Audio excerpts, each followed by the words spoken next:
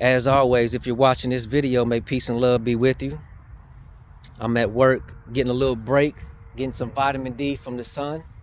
It's been pretty cold in the Metroplex lately. I've been getting quite a few requests to keep the storytime videos rolling in, so say less. I have hundreds of stories to share. This one takes place in 1989 or 1990 in Brownwood, Texas at Camelot Apartments right next to Brownwood High School. It's the summertime and my mom would take us to the swimming pool and watch us, me, my brother, my sister, and a lot of kids in the apartments that came join us. She would just watch us all swim. Even at 5 and 6 years old, I could swim in the 12 feet, swim in the deep end. And a lot of the kids would have to stay, who yet to know how to swim, would stay in the 3 feet. So this day, there was one kid he was pretty on the heavy side. He probably had about 35, 40 pounds. And this day he decided to get out the water and come walk towards the 12 feet and jump in and swim where I was at. And so I watched him, and immediately he started kind of going in and up and started struggling and on the verge of drowning. So knowing me, I always wanted to save and help somebody, I swam over there to try to rescue him. Once I got to him, he grabbed me, pulled me under the water so his head can go above water and grasp for air. So I'm looking up, and we're both struggling, and I'm underwater as he's holding me down so he can breathe. Once I start getting a little delirious and losing breath, that's when I start hitting him in the gut. And once he let loose of his grip a little bit, I wiggled up out of there and came to the top for air. By this time, one of the adults came in and pulled him to the side.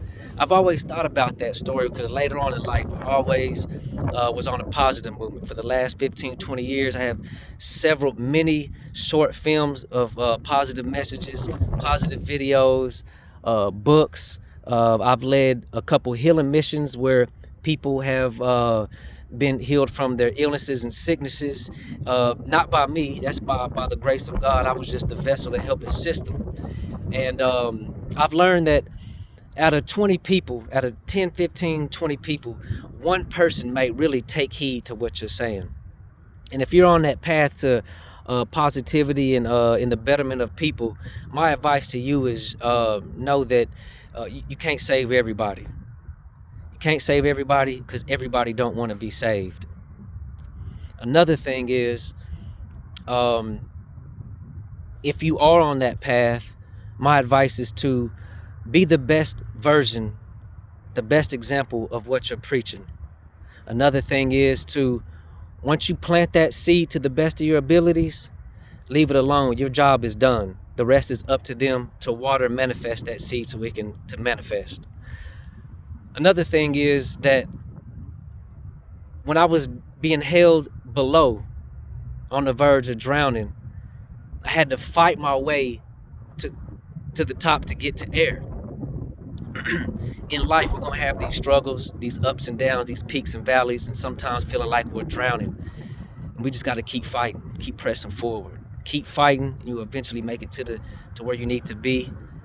And the last thing is, I took that story and kind of connected with not comparing your life to others, because comparison is a thief of joy.